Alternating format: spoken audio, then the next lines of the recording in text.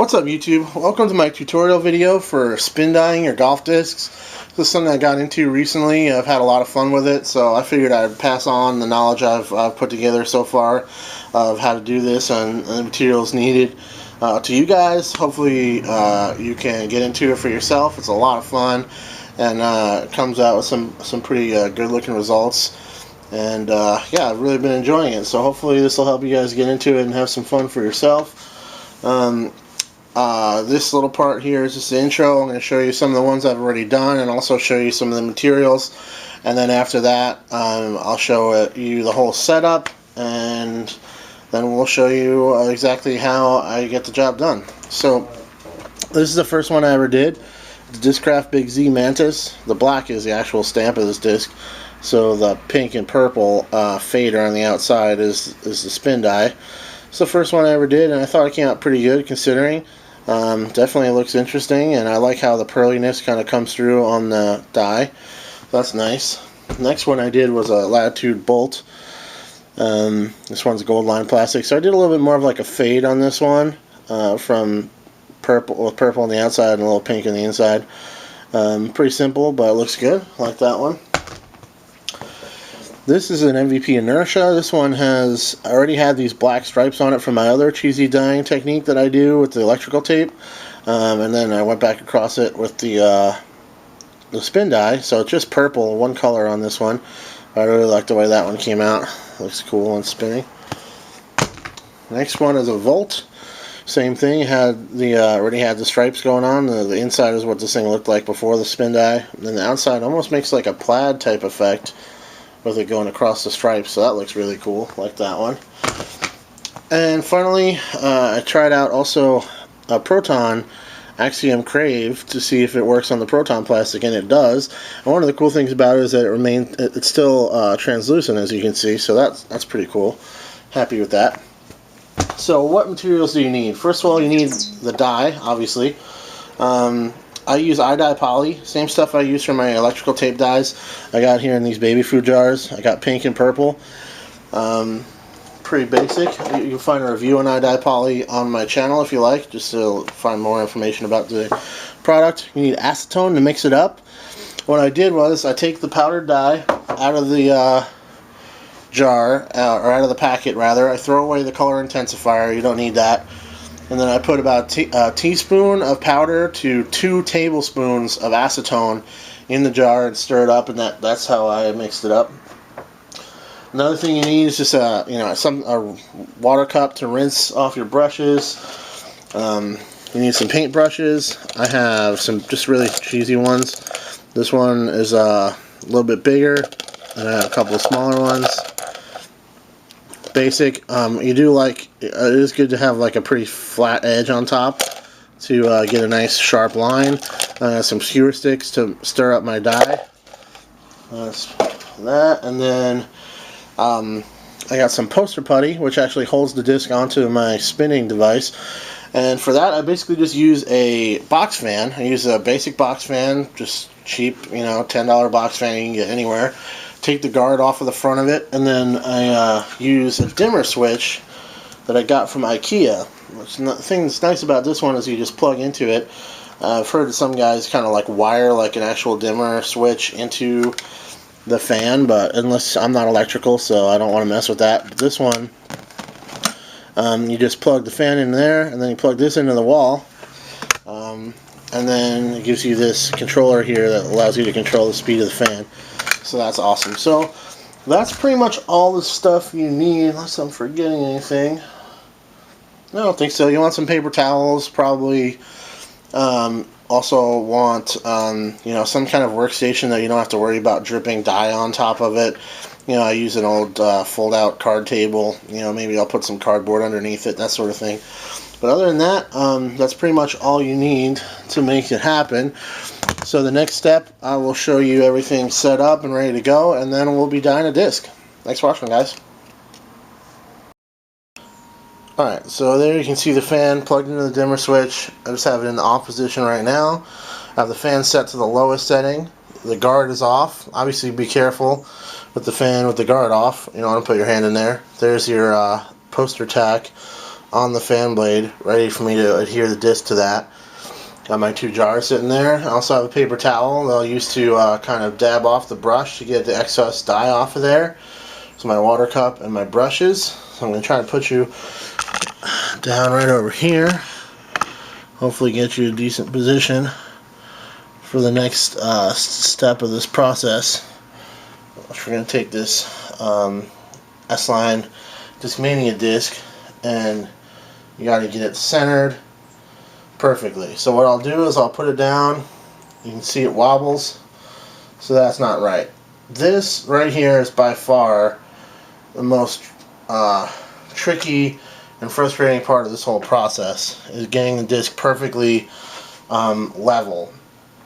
I imagine if you had a if you had a record player, this would probably be easier, because you probably wouldn't it spins so slow, you probably wouldn't really need to adhere it. You could probably just lay it down on there and move it slightly until it starts to spin perfectly in a circle, and then you're ready to go.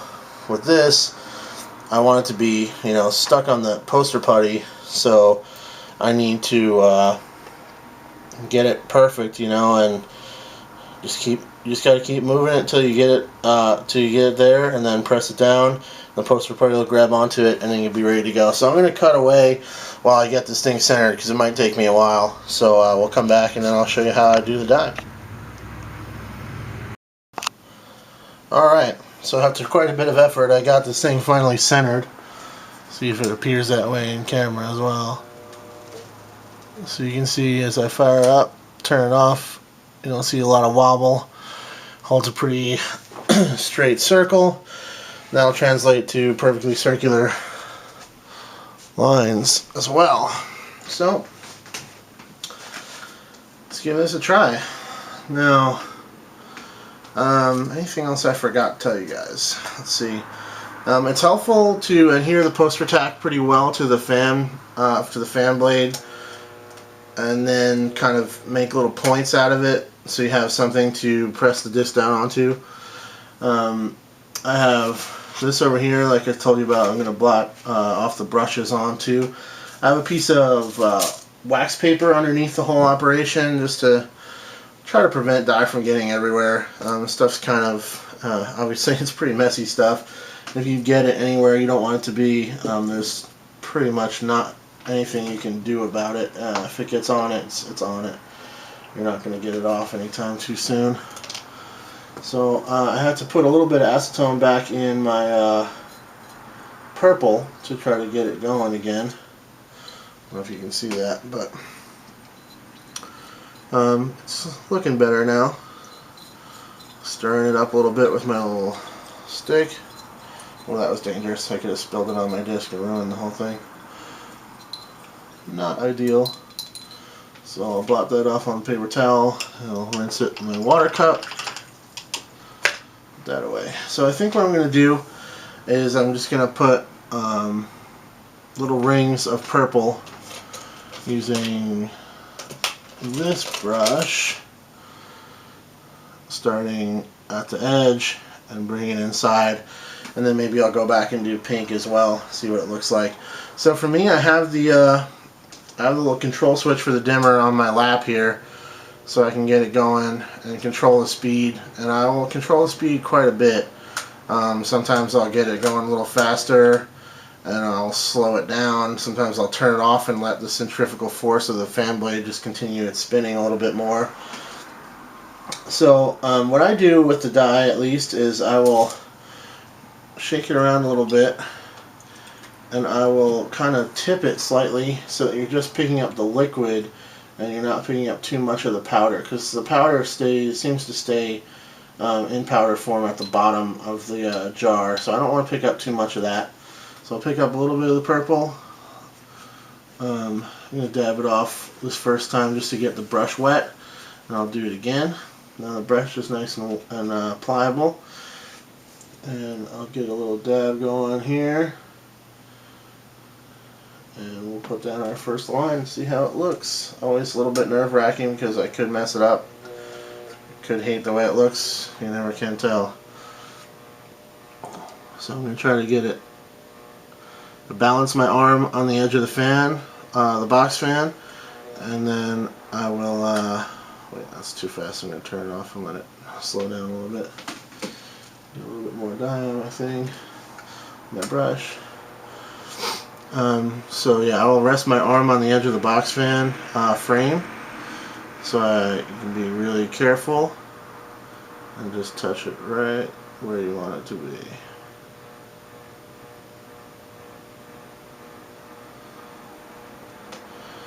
There's our first line. So a tricky aspect of this is that you kind of want to do it more than once depending on how dark you want it to get, because it's a little bit deceptive because some of the dye will rinse off. I'll let this hang out for at least a few hours, if not overnight, and some of the dye will rinse off when you rinse it after that. So it's a little bit, it tends to be a little bit lighter than you think it is based on that.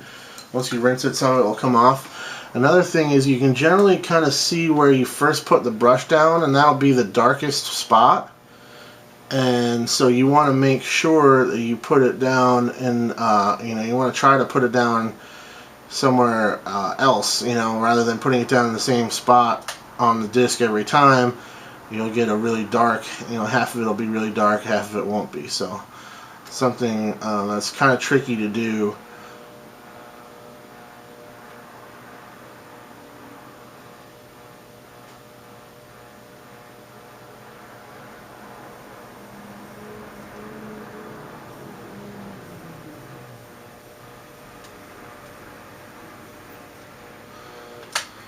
So that's the first line. All done. Let me make sure this is still recording. I'm not talking to myself. Oh, yep, looks like it's still with me. Good. So from there, I'm just going to come in and do the same thing and leave a little gap in the middle. Yeah, spin it again. I have the fan set on the lowest setting as well before I even before I even use the dimmer. The fan's already set as low as it goes, and even with this technique, it still spins a little bit faster than I like it to, so you might be hearing me clicking it on and off to kind of get that speed the way I want it to be.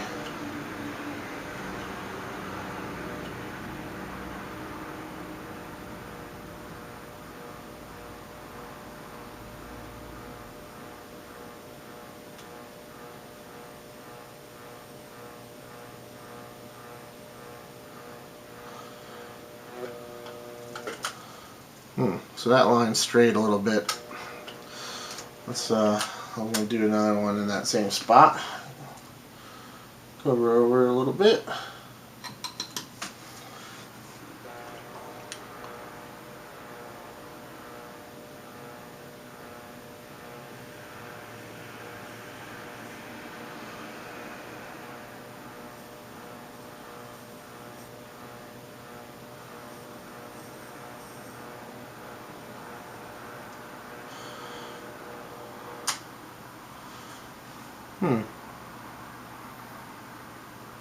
So I can't tell if I want to do that. I think I want to go a little bit darker than that. So let's do it one more time. A little bit more dye. Oh, that got really fast. Turn that off.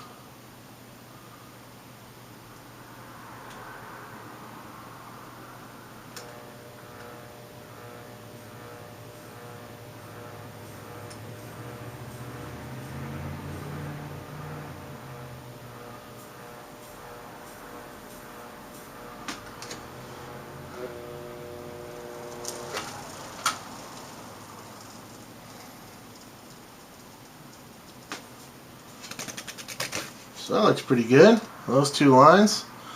Maybe I'll do another one. Obviously, all of this is just pure creativity. Whatever you guys feel like you want to do, once you get this all set up for yourself, I mean, go nuts, right? Do whatever you want to do, whatever inspires you, whatever you want to make it look like. I'm going to try to make these pretty evenly spaced.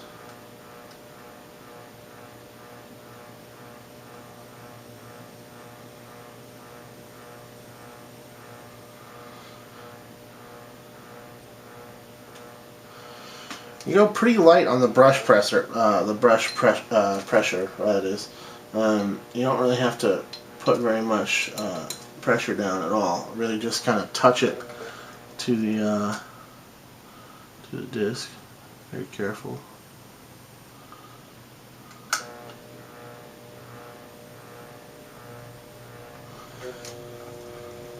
So that's looking pretty good so far. Can't decide if I want to do another line there or if I want to just maybe go back and do some pink in between these lines. It looks pretty interesting as is. Let's do one more. Let's do one more line on the purple, and then maybe we'll go back and do some pink just to give you guys an idea of how you can do multiple colors if you wish to. And we'll see now. I got some powder on my brush there, so I'm going to rinse it. Start over. Rinse it, blot it off on my paper towel. Once again, I'll tilt the jar slightly so I'm just dipping into the surface of the liquid because that's what I want. I don't want any of that powder. So let's do one more line here.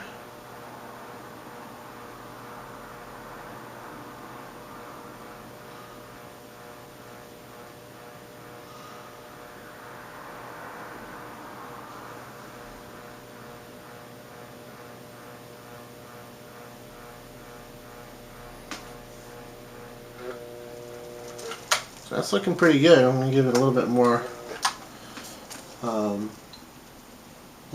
ink on there just to make it a little bit darker.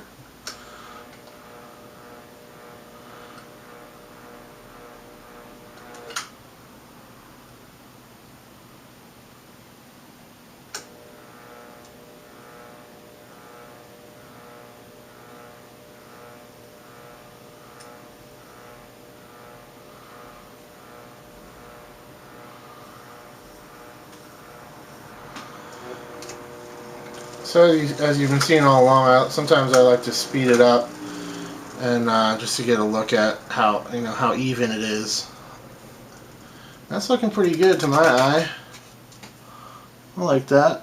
Not bad at all. A little bit funky right here, but we're gonna get in there in between that with some pink anyway, and try to brighten it up a little bit in the middle. So let's take a look at doing that. Let it dry for a couple seconds here while I'm switching brushes. I'm going to switch to this bigger brush that might just perfectly bridge the gap in between these lines here. Make sure again that you guys are still with me. Yep, still rolling. Alright. Another important aspect of this is when you're not using the color, put the damn lid on it.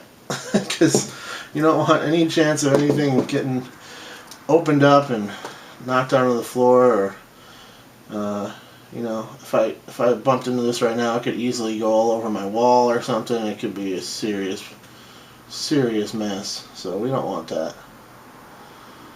This one, I'll stir it up a little bit with the brush. Dab it off a little bit. Maybe give it a rinse so there's no powder in there. That looks good. My rinse is getting a little bit purpley, so I don't want to use that too much more. If I was going to do any more dye than I'm going to do in this video, I would probably get another fresh water cup going. Alright, so let's try to put some pink in there between the first two lines.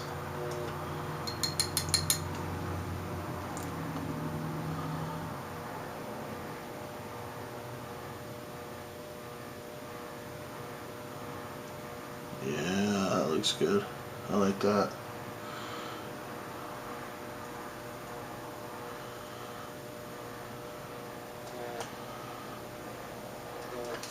That needs a little bit more.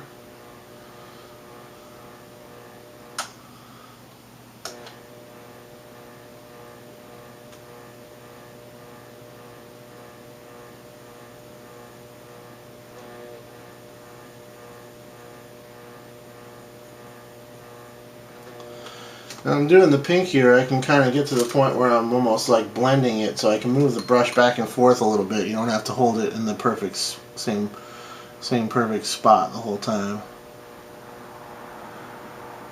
I want to make sure it goes right up to the purple on both sides. I don't want any overlap.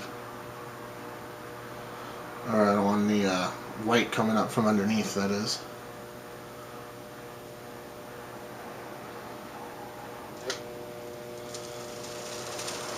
So that looks pretty good. I think there's still a little bit of white in there, but the purple is still kind of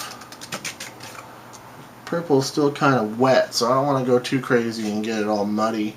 I want to maintain some of that purple, you know, just the purple line in there. Maybe I'll go just a little bit more on the pink.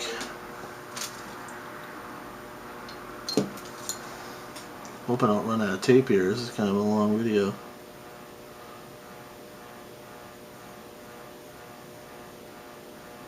There we go.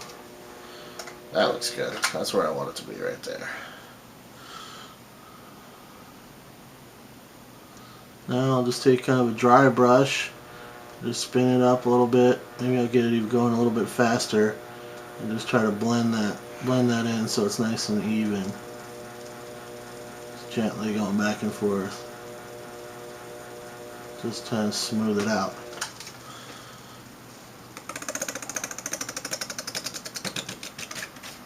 So that looks pretty good right there. I think I'm going to go ahead and put purple or pink inside this one. Leave that middle one white.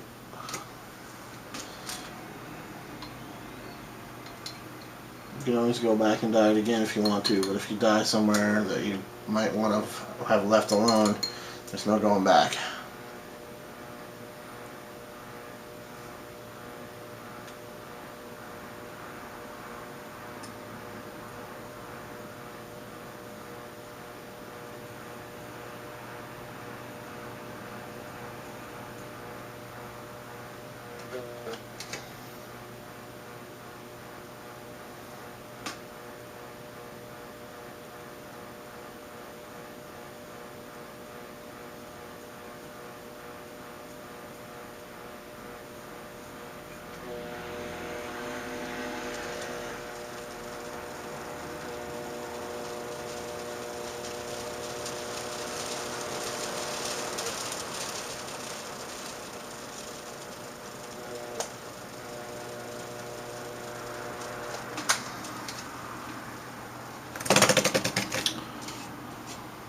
So I don't feel too bad about leaving it right where it is right there.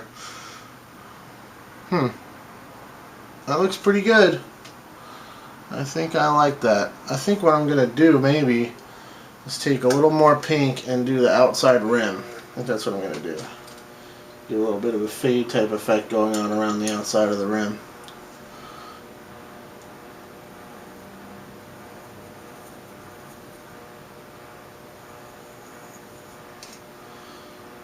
That looks good. I like that.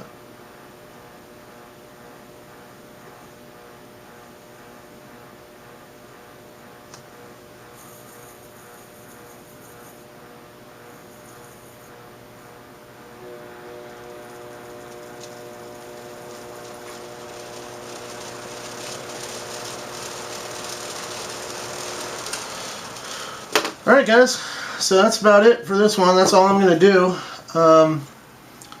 My whole life with artistic things I've been guilty of kind of going overboard and overdoing it, so I'm trying to stay a little bit more tasteful with my spin dyeing techniques, not go too crazy, but as you can see, it's pretty cool. I'll make sure you guys are still with me this last time. There's our Discmania CD. Hell of a lot cooler looking than it was when it was just white and black, even though, I mean, I like white and black, don't get me wrong, but dig in the spin dye. Really fun to do it on the white background. This is the first white disc I've done, and that's a lot of fun right there for sure. So yeah, that'll be about it. I may go back in, just looking at it now, I may go back in with some purple and darken up the purple on the inside line. See right there, it's a little bit not bright, but just not quite as dark as I want it to be right there.